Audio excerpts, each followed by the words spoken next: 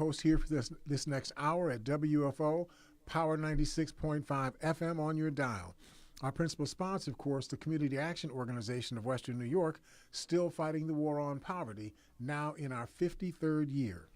I want to welcome all of you again to this hour of insight, introspection, and interpretation of facts, events, and trends affecting you right here and right now in Buffalo and the Western New York community, and in fact, connecting to communities all across the country.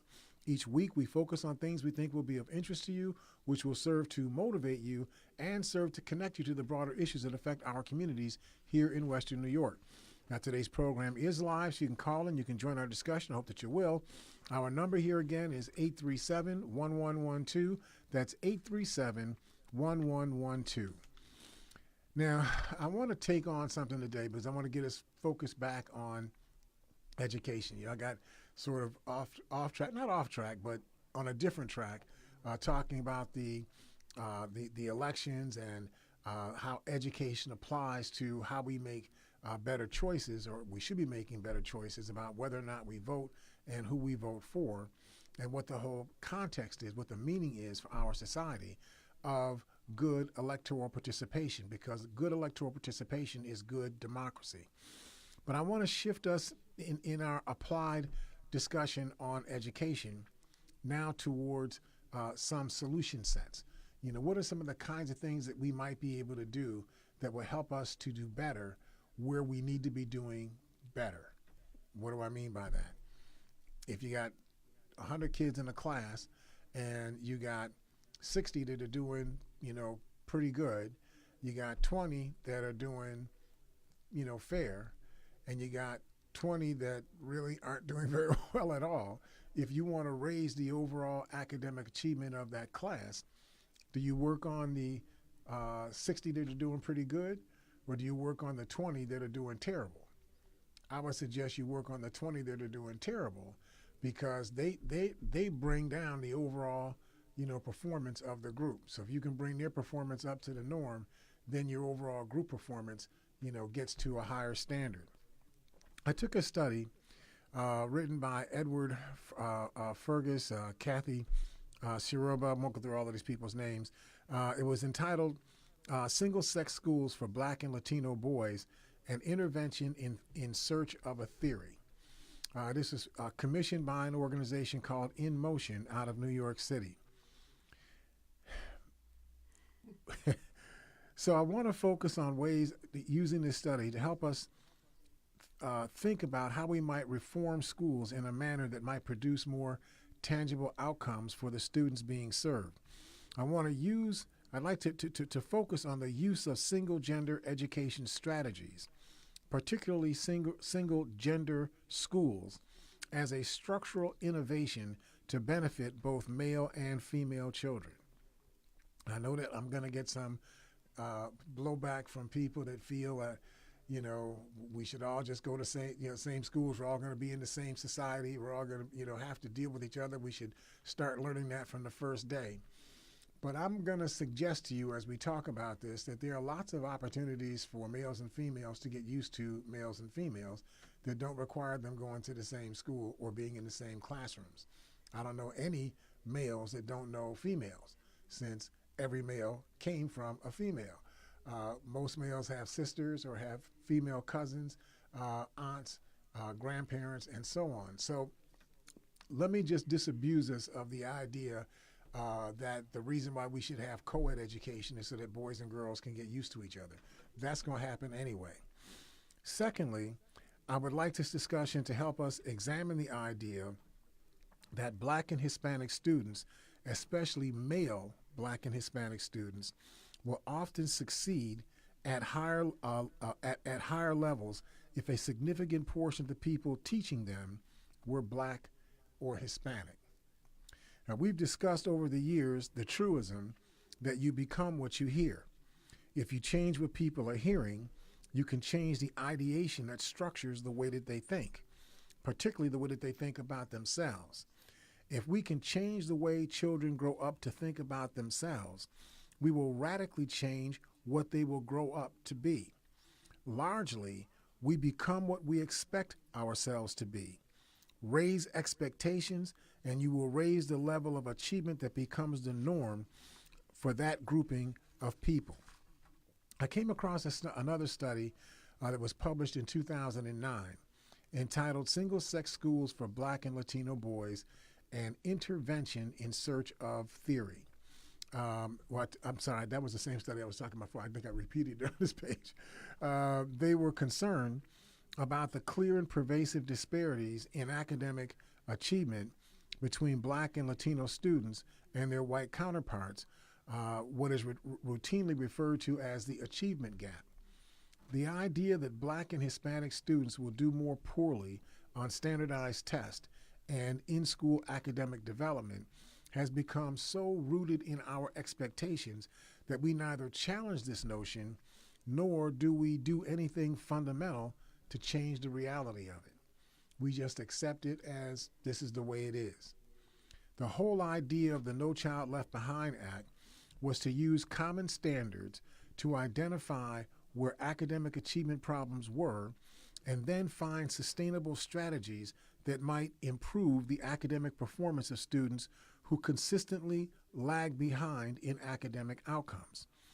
Primary among these are Black and Latino male students who conspicuously are overrepresented on most indicators associated with academic failure, while there are many other groups of students who also underperform, like English language learners, students with learning disabilities, students with coming from low-income families.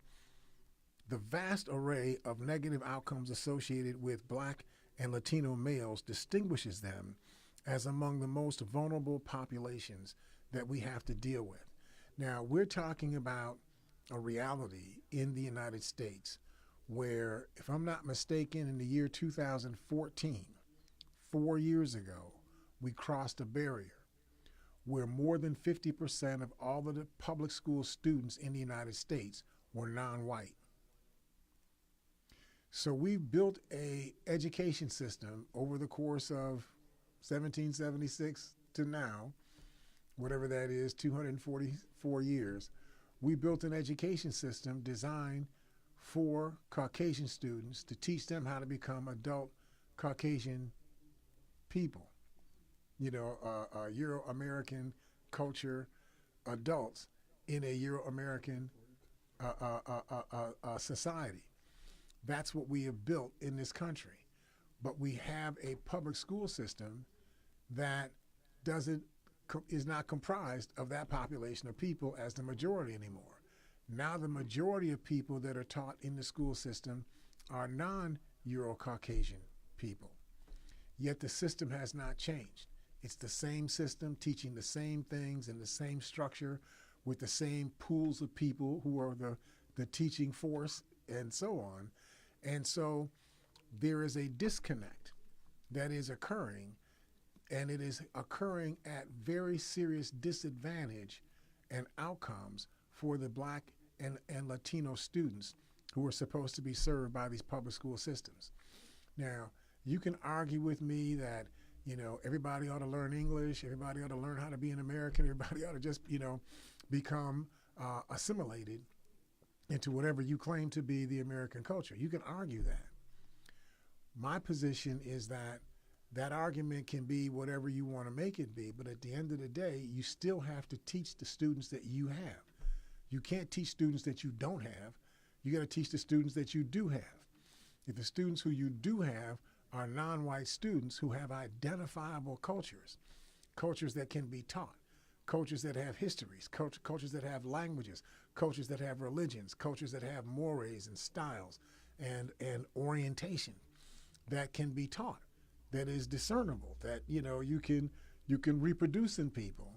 And if those students are going to become adult members of their culture, legal citizens of America, but adult citizens of their culture, your education system, if it's going to work, has to transform those students into becoming the adult versions of them, not the adult versions of you. And the people who teach them to be successful probably have to have a large proportion of people who are those cultures, as opposed to being entirely one gender and one race who was doing the teaching. So I want to spend some time talking about that. I know we got just a couple of minutes before we get to the break. Oh, we got time? Okay. So these black and Latino male students are the most likely to obtain low test scores and grades. They are less likely to enroll in college. They are more likely to drop out of school. They are more likely to be categorized as learning disabled. They're more likely to be absent from the honors and gifted programs, honors classes and gifted programs at their schools. They are more likely to be overrepresented among students who are suspended and students who are expelled from school.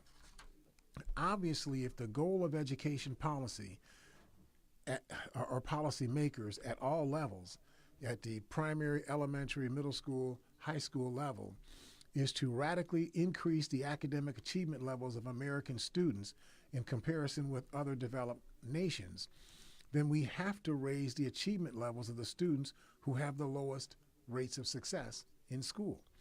The fact is that race and gender are fundamental aspects of what generates this phenomenon, and the solution sets have to take into account the role of structural and cultural racism.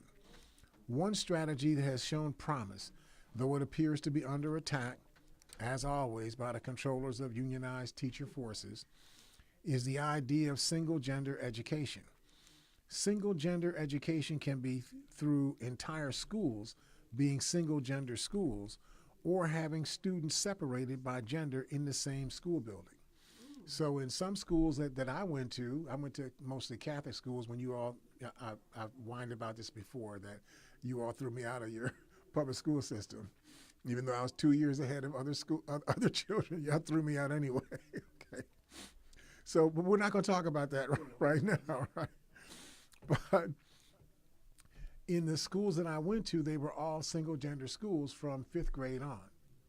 So we had contact with females. So kids who went to female schools, we had mixers, parties, assemblies, and things like that. We interacted, with each other. This is in the days when schools were walking distance from you and your neighborhood. Like, we hadn't closed 35 schools and so on in the neighborhoods that we lived in. So in those days, we had a lot of interaction between male and female students, but it was not the hour-to-hour, moment-to-moment kind of interaction that we have in schools today. What's the value of that?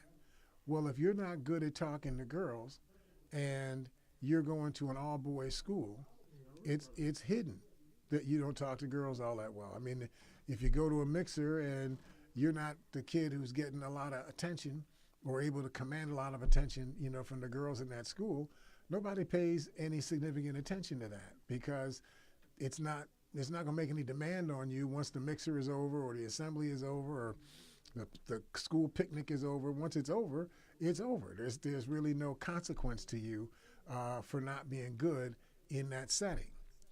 But if you're going to school with the other genders, if you're a girl going to a co-ed school or a boy going to a co-ed school, being able to demonstrate some ability to control, your relationships and so on, to be good at those relationships, that becomes something that is a day-to-day, moment-to-moment, hour-to-hour challenge. If you look like a guy who doesn't really have the ability to make young ladies want to talk to you, that becomes really obvious to people in your school, and they start dogging you about that. And so you either shrink like a shrinking violet, feel, humiliated, by that, and you're always trying to hide and shrink away from people, or you go to people like I did. I just went to my older people in my family and said, listen, man, I don't seem to have the game y'all got. Y'all got to give me the game, because I need to bring more to the dance when I come to these settings and whatnot. And I let people coach me, and I just did what they said. And at first it didn't work because I wasn't good at it. But as I got more and more, facile at talking to females, it became easier and easier, for me to do. But everybody doesn't do that, right? So we get a lot of kids who end up, actually learning how to not be interactive, with other people, learning good, positive relationship structure with other people, because they get bullied, for not being good at it, early on. And when boys are in school, remember, it's almost always the context that it's the boys who have to initiate the relationship with the girls. It's usually not the girls whose responsibility in the cultural setting is to initiate the relationship with the boy. So if the boy's not good at initiating the relationship, that becomes, go ahead, Lee. I can't hear you on here. You got to say that again, out louder. So, that's a situation that exists in our cultural matrix. And so the girls have to sort of preen to make themselves attractive, to the boys. So their focus is on making themselves somebody that will attract the boy's attention. And the boy is trying to make himself somebody who's cool enough, who's suave enough, who's got enough poise that he can begin a conversation and then sustain that conversation and then build a relationship and then sustain, that relationship.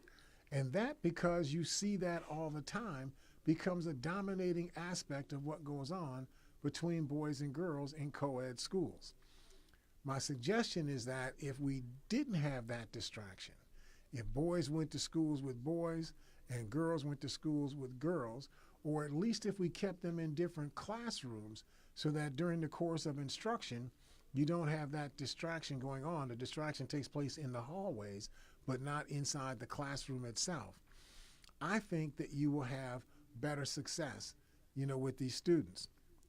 So I tend to feel that the most robust and effective outcomes would weigh more towards single gender schools versus single gender classrooms, even though single gender classrooms do produce some of the same kinds of results that I've talked about.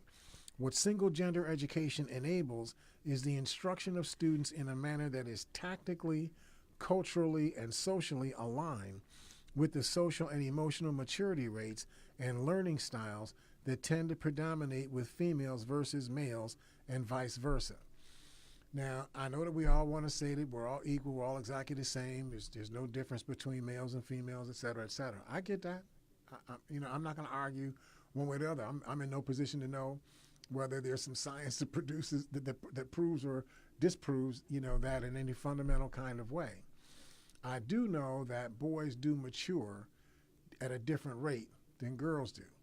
Now, there's a point when boys' maturity catches up to girls' maturity, but there's like some years that go by before that takes place.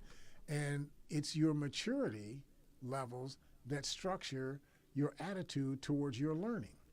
So if we find that when these kids get to be middle school kids, they get to be 10, 11, 12 years old, that girls are a little bit more mature, a little bit more transactional in that stage in their life than boys are, you can structure education in a different way for girls that fits their emotional makeup, their socialization makeup, than you can with boys. And so why not do that when you know what's going to happen? One half of the population is going to learn one way, another half of the population is going to learn another way. Why wouldn't you respect that in the way that you are teaching, right? I mean, it's not rocket science.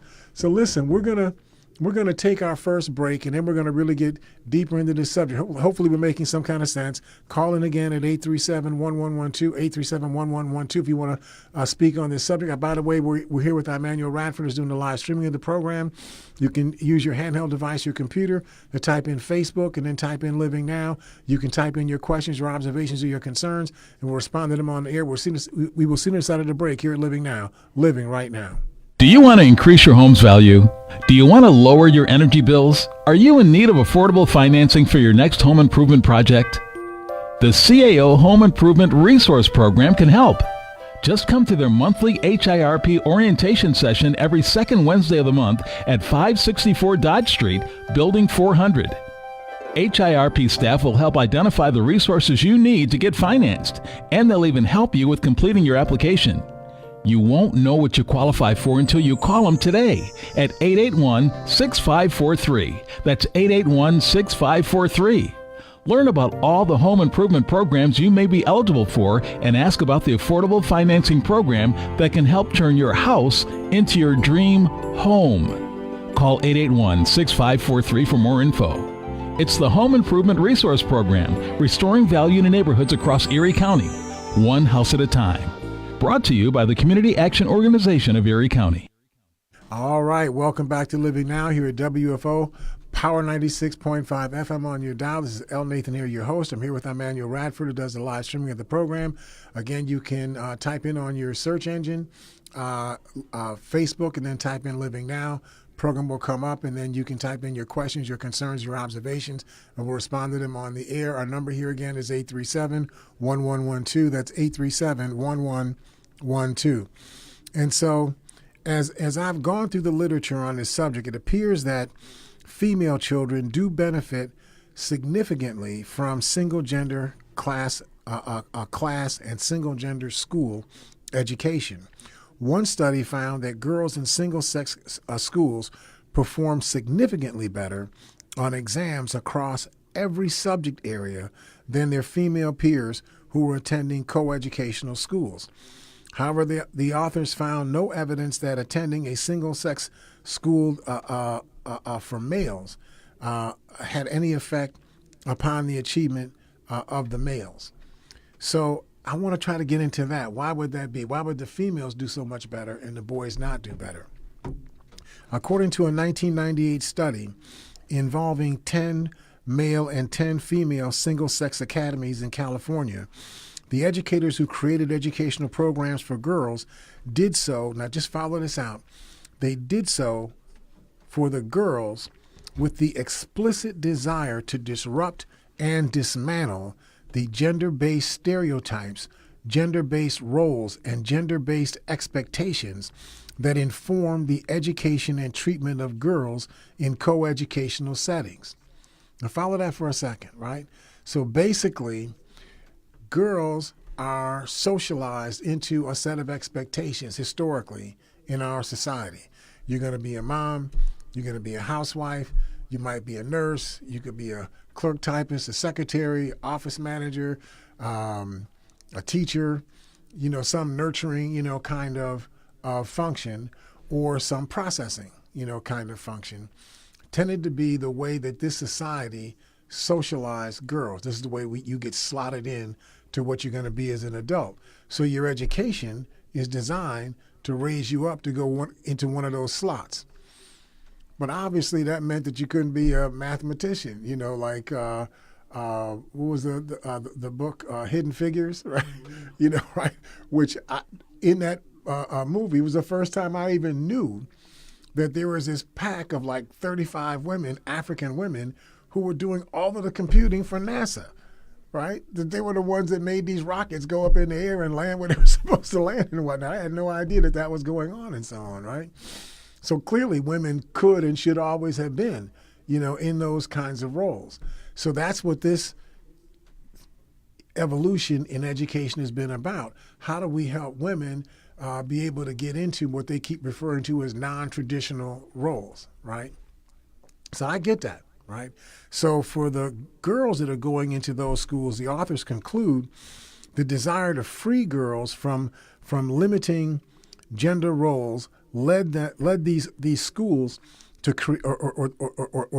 the creation of schools where girls were encouraged to participate in leadership and to achieve in math and science, areas where girls have historically performed less well than boys. Girls were encouraged to play sports and participate in other traditionally male activities that seem to mediate positive achievement outcomes. But for boys, on the other hand, the educators who designed the all-male academies, they did so with the assumption that what the boys needed was stern discipline, rigid structure, and a highly competitive learning environment. See, not that the boys needed to be exposed to math and science and engineering and becoming a doctor, and this and that. No, especially for the Black and Latino boys, they weren't being socialized into that. They were being socialized into the stereotype that the people who created the single-sex schools for males and the people who taught in those schools, the stereotypes they had in their head about the male students, that they needed behavior, they needed stern discipline, they needed rigid structure, they needed highly competitive learning environments. That's a completely different kind of thing. For the girls, it was like being a part of the civil rights movement. I go to school and they're making things available to me that were not being made available to me before, that were being denied to me. And so I'm going to get access to a life path that I didn't have before. And so it's a change. You know what I mean? It's revolution, for the girls. So that gives them a different kind of spirit. But for the boys, your problem is, you just hard to control. You got issues, right? So we got to address your issues, okay? Now, I'm not saying that boys are not rambunctious and that boys don't have issues. I am saying that there's not a heck of a lot of effort on the part of school systems as a whole to teach these African boys across the board uniformly that they can be anything on earth that they want to be, that they can be the mathematicians, that they can be, the astrophysicists, that they can be, the theoreticians, the doctors, etc. That's not taught to these boys. What the boys are being taught is that you're a perpetrator. You're a part of the community of males who have perpetrated oppression on females. Females uniformly are oppressed by males uniformly in the ways that I just described, right? And so the schools that are picking up the battle for women, the Title IX battle and so on, they're opening up vistas and knocking down barriers and defending opportunity for girls. But who's doing that for the boys? And, at least for African and Hispanic boys. For other boys, they have other structures that support them because those are the people that rule the country in the first place. So they get that support. But for African and Hispanic males, they don't have role models, in the system. There's not a whole bunch of people who are the managers and the store owners and the doctors and the physicists and the engineers and so on for the African males, and boys, young boys and adolescent boys for them to seize on, to follow and so on. So the female schools were saying that students that had been denied opportunity due to sexism and a culturally based sexism and culturally based role assignment, the teachers were in it together with the female students to give them access to what had been denied and encouraging them to reach for greater opportunities. The male students were being, I think it is messed up. Yeah, the male students were merely being given tighter structure, tighter discipline and behavior control components. The underlying assumption related to the male students was that all vocational possibilities are available to you if you would just learn how to behave. The female students are inherently pictured as victims of oppression, being rescued by supportive, caring, almost entirely female teachers who share many elements of the oppressive experience with their female students. The schools across the country are largely 80% female teaching forces, and of those 80% female teaching forces, 85% of those females are Caucasian, Euro-Caucasian females. This clearly creates a paradox for the Black and Latino male students who are both of a different gender than their teachers, a different race or ethnicity from their teachers, and are viewed as a part of the oppressor male culture by their white female teachers. Now, you can argue with me, but I'm pretty sure that construct stands the test of examination. A study entitled The Black and Latino Male School Intervention Study examined ways in which assumptions about race and gender have informed educational practice and its implementation. Existing research has primarily focused on the behavior of Black and Latino males and the factors that influence educational outcomes like dropping out of school, delinquency, achievement patterns, and so on. They view the attitudes and norms they perceive to be held by large portions of Black and Latino male students that increase their inclination toward delinquency and academic failure are rooted in either a cultural context or in a structural context. The cultural context is internalized racism, culturally based male machismo, male perception of masculinity versus femininity, male need to possess street credibility, and ability to attract and control a relationship with the female or to be perceived as having that ability. The structural context is the sense of marginalization experienced by all Black and Latino children, but most profoundly expressed in the experience of Black male and Latino male children as a result of the world they find themselves living in, namely in deindustrialization in urban areas, racial discrimination in the labor market, tracking in school, and other forms of inequality in schools that contribute to the attitudes that are formed in Black and Latino males. When I talk about tracking, that's the idea. They claim they don't do this anymore, but we know that it still occurs, where they group students based on their abilities. So if let's use the letters, we don't have to go with the actual numbers. If you're an A student, they tend to group you in classes with other A students. If you're a B student, you get grouped with them and so on. So if the vast majority of Black students are either in the C group or in the D group, then all you get as role models in your classrooms, in terms of achievers in the physical classroom that you were in, are other D and C students, many of whom fall into being F and Z students before the school year is over. And especially if those students are competent physically, if they're good fighters, if they're good athletes, if they're good with the gift of gab, and talking to females in these co-ed, type schools, they can be dumb as nails, but they have place in the pecking order of the school based on their physicality, based on some other kind of talent, their athletic, talent, or even based on their boldness. I mean, if you're the kind of kid that people are afraid of because they think that you might shoot them, or that you got a whole bunch of posse people that might go and gang up on them and so on, you can get a place of standing, a certain place of power, inside the school. What do all kids want to do? They want to get standing amongst their peers, right? They want to play, they want to socialize, but they also want to have standing amongst their peers, because if you have standing, then nobody's picking on you. And nobody wants to be the one being picked on, right? So you acquire skills that enable you to escape being picked on. And if you do get picked on, at some point, you're going to have to pick back. You know what I mean? You can't just keep hiding and whatnot. At some point, you got to pick back. And so that tends to dominate what goes on in the sort of social acculturation that takes place inside school buildings, particularly when you have co-ed education.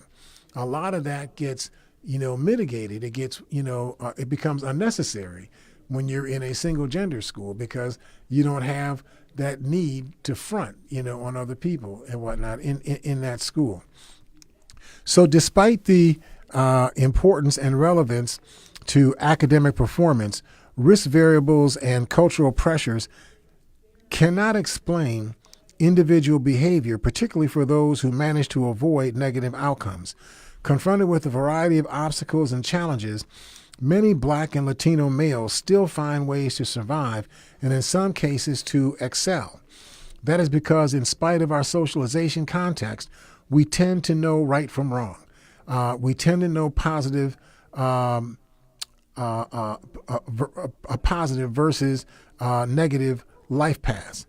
Our need to fit in and not stand out against the grain motivates us to hide in essentially in plain sight, and to underachieve against our own best interests. What do I mean by that? If I'm spending my time instead of studying 2 hours after school, so I make sure everything they talked about in school, I got it locked down before I go to the street. Now I might not get to the street till 5:30 because I spent from 3:30 to 5:30 locking down whatever it was I was being taught, today. Well, other people say, Nate, where you been? I've been home. What was you doing at home? I ate, I changed clothes, and I did my homework. Okay. Now I'm ready to come out here and play. Well, Nate, it's dark now.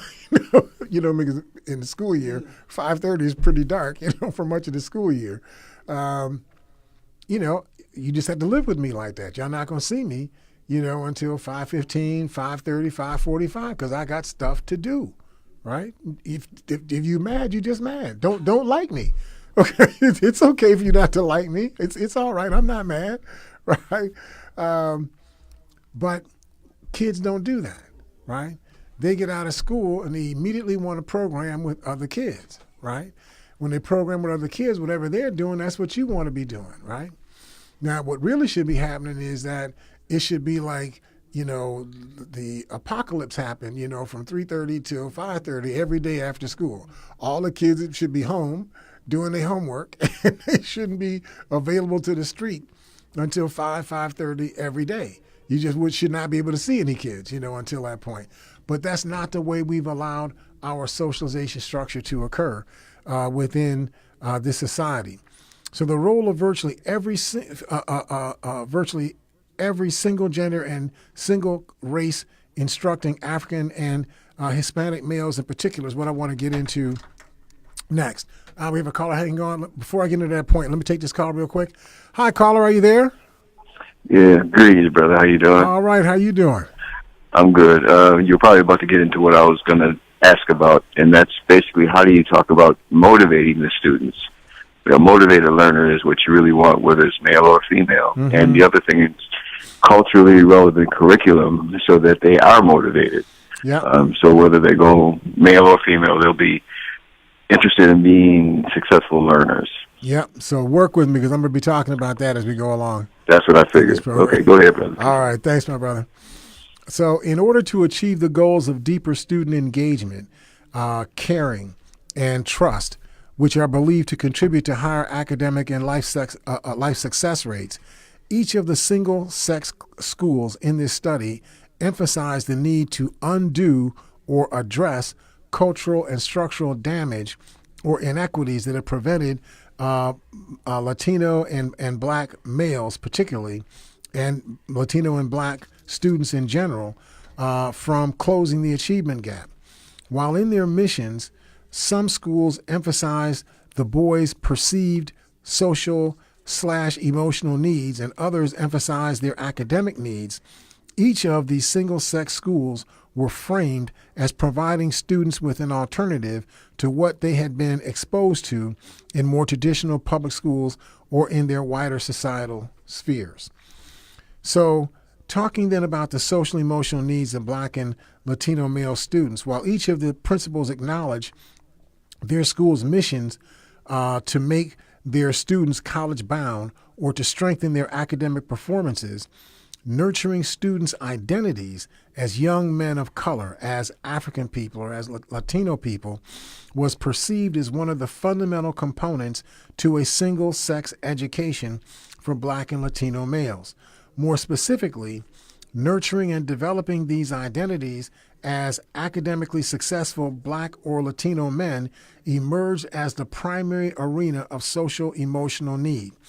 According to the school staff, exposure to role models who exemplify these identities is necessary to offset the negative effects of the streets, of absent fathers or single mothers, of broken homes, of poverty, of dysfunctional communities, of peers or popular culture that they perceived as surrounding low-income boys of color. As such, the schools consider it their place to offer examples of racial, ethnic, masculine, and academic role models, because the boys are not prepared to confront the structural impediments that they would surely face in life, such as institutional racism. In addition, they do not have sufficient adult figures to guide them. Now, I need for us to just feel me when I say this, because, a lot of you all are new to the planet. It took you a while to get born. I've been here for a while, okay? I had one African teacher in my entire life, and that was in my second year of grad school. I went through all of my education, all the way through my 15th year of education, before I came to a class where there was an African teacher leading that class. So for me, it was almost like breaking a mold for me to find my way through this process, because I didn't have any education-oriented role models. I didn't see anybody along the path of my education who was accomplished in a way that I needed to be accomplished if I was going to make my life stand up, in the middle or the lower, whatever part, the class structure that I am in. But in order for me to erect my life around role models, I had to find those role models in the ideation about African people. I couldn't find it in the actual African people that I was around, myself and so on. This is one of the things that we have to find a way to solve. Now, I know that people always say, well, we got to solve the pay equity issue. But I need for us to understand, if you solve the pay equity issue for the black person, you also got to solve the pay equity issue for the Caucasian person.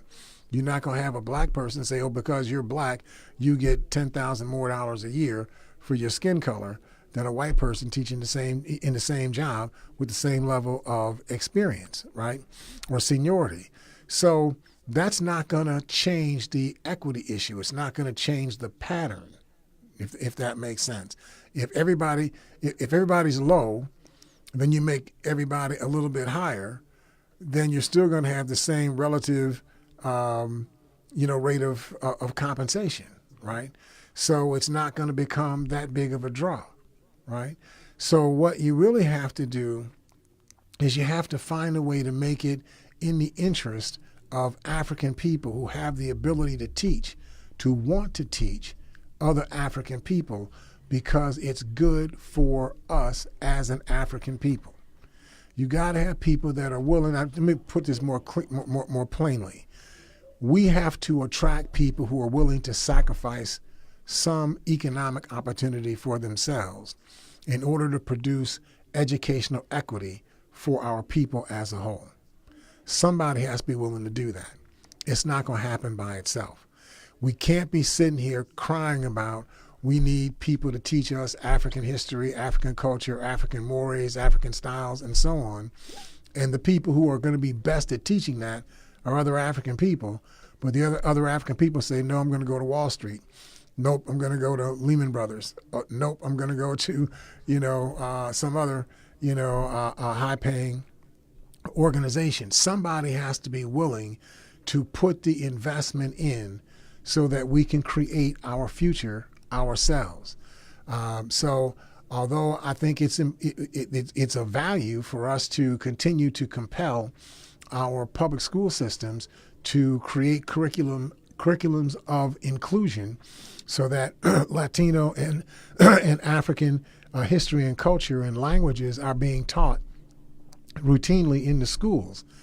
If we want to be really successful with that, we have to have people that come from the Black and Latino community who are a part of doing that teaching, and not just teaching Black stuff or Hispanic stuff.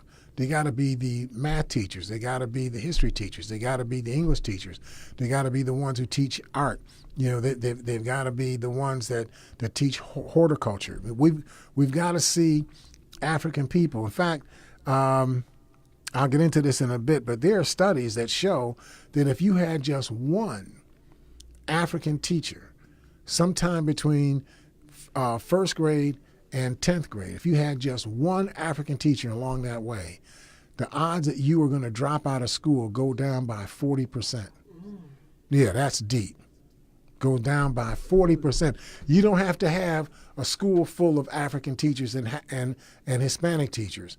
Just having a few African teachers and Hispanic teachers that you get to be, programmed with, right, puts an ideation inside a child's head that they keep that person in their head, even though other people are teaching them. They keep the image of that person who they experienced 1 year. They keep that person inside their head, right? So all of these, let me just say it this way. When we talk about the importance of same-race teachers, a growing body of literature suggests that outcomes such as test scores, attendance, and suspension rates are affected by the demographic match between teachers and students. All of these outcomes, however, are measured in the short run and might not be sustained over time. Until recently, there existed no studies on the effects of exposure to same-race teachers on longer-term outcomes. But a recent paper provides important new evidence on this question.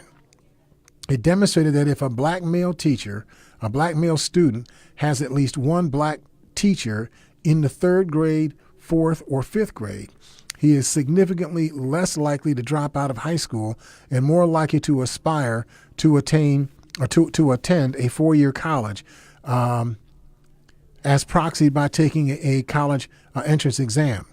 They find that these effects are especially pronounced for economically disadvantaged black students. For instance, they find that a disadvantaged black male's exposure, here's the statistic I'm trying to tell you about.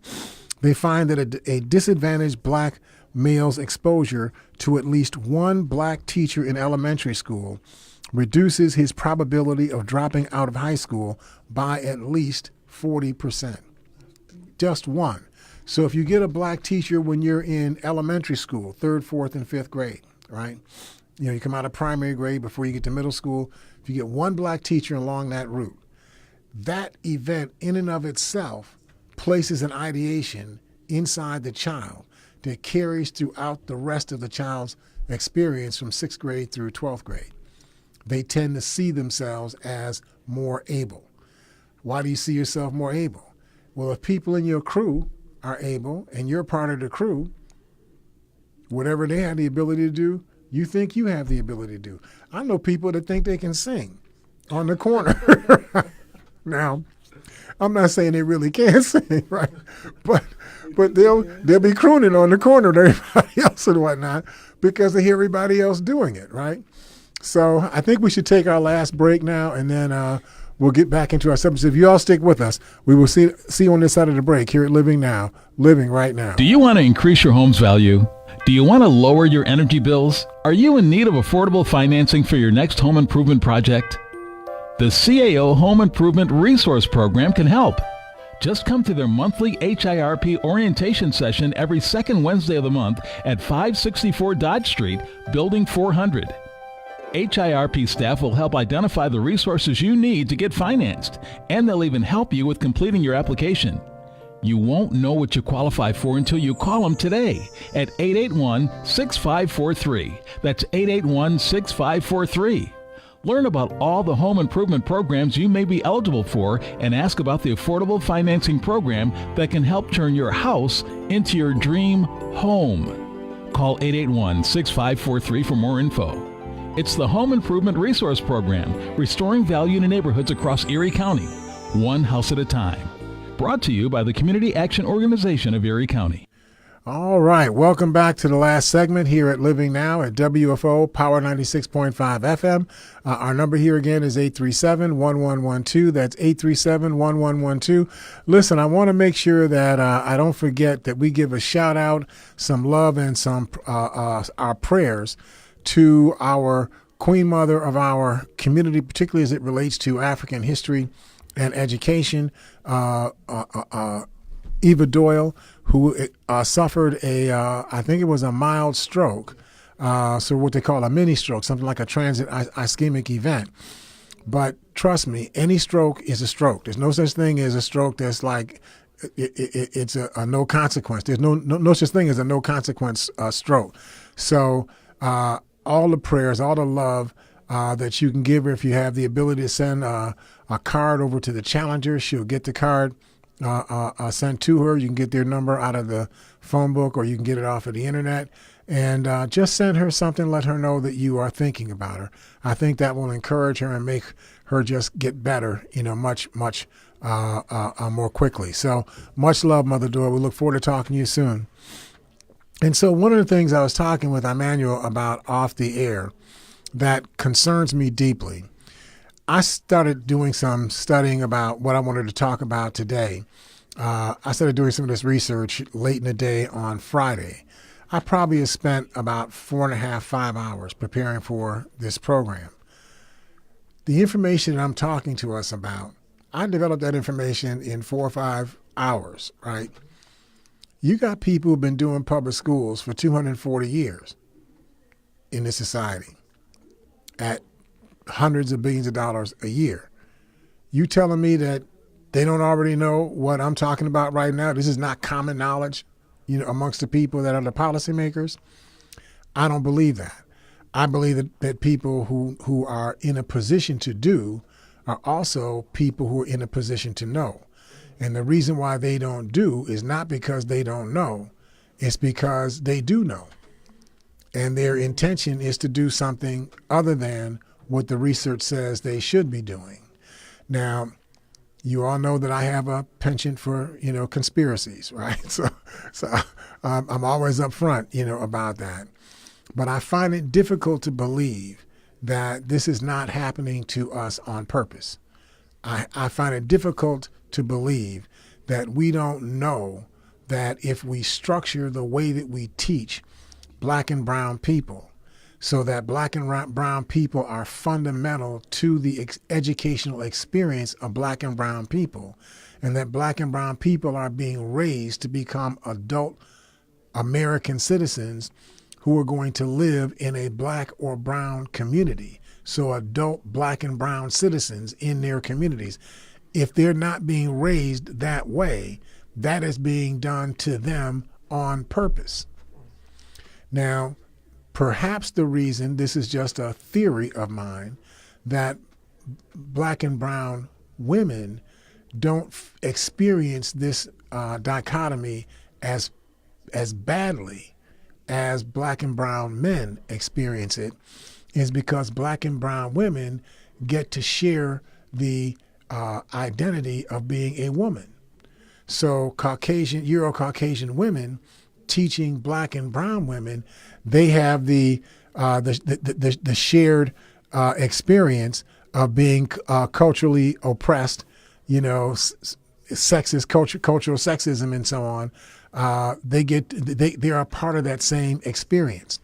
And so that creates a certain level of kinship, a certain level of commonality that allows a different spirit to form when those Euro-Caucasian female teachers are teaching any female students at all. The black and brown male students, they don't have any rhythm from anybody at all. And if you don't have some way to get black and brown people materially involved in the education of black and brown people, I don't think that we're going to be able to solve this problem.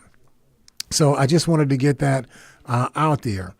Of all of these outcomes, however, all of these outcomes, however, are measured in the short run, and you can't know if they're going to be sustained over the course of time. But the paper that I was telling you about, it talks about if you got a black teacher in elementary school, it reduced your probability of dropping out of high school by nearly 40%.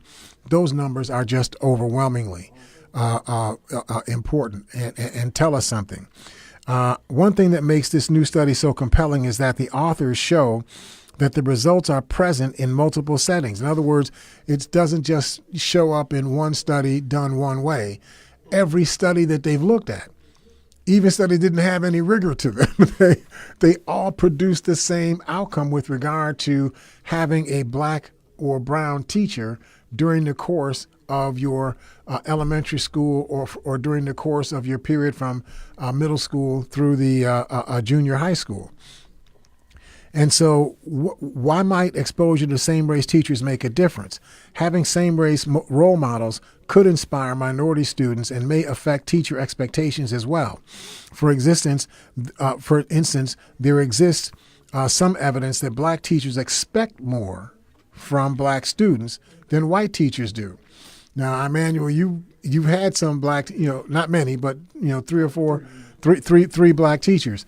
Did you find that their attitude towards you and what they demanded of you speak to that? It was very different. I mean, it's just as a kid, you kind of felt you can relate more with your teacher because you seen someone who kind of looked like you, had the same skin complexion as you. It was a different type of environment than a Caucasian teacher.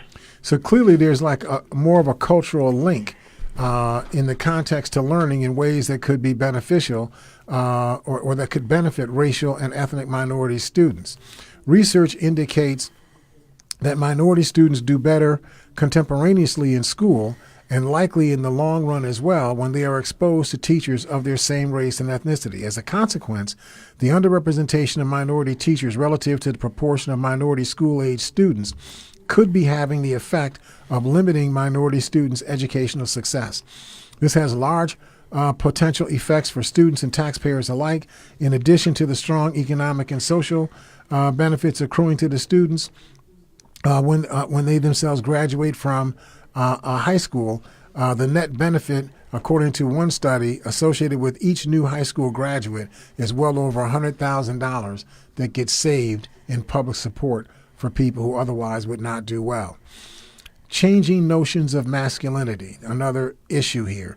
School staff frame the social-emotional need for a masculine identity based on their understanding of street gangs and the absence of male figures that often surround boys of color.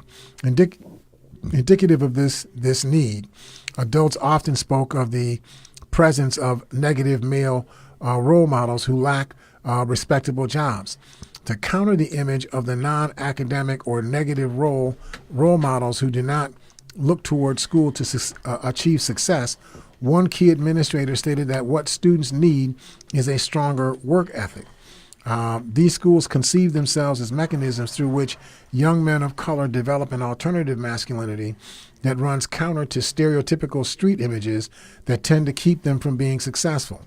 In other words, the boys are being taught in these male-oriented single-gender schools, they're being taught not to be the kind of man stereotypically associated with the communities poor black and Latino males often come from. That a young black man can be a caseworker, a social worker, an office person, an educator, someone who's vice president of their company. This one-sided notion of manhood that looks at these aspects of strength and power and equates them solely with sexual prowess and ability to earn money and the ability to defend are the things that we got to find a way to challenge. So listen, folks, I think I've taken a little bit too long on this segment. Lee, we're done? Okay. We're going to take our leave for today's program, but hopefully we'll be able to talk a little bit more about this in the weeks ahead, this and other strategies. Look forward to talking to you all next week.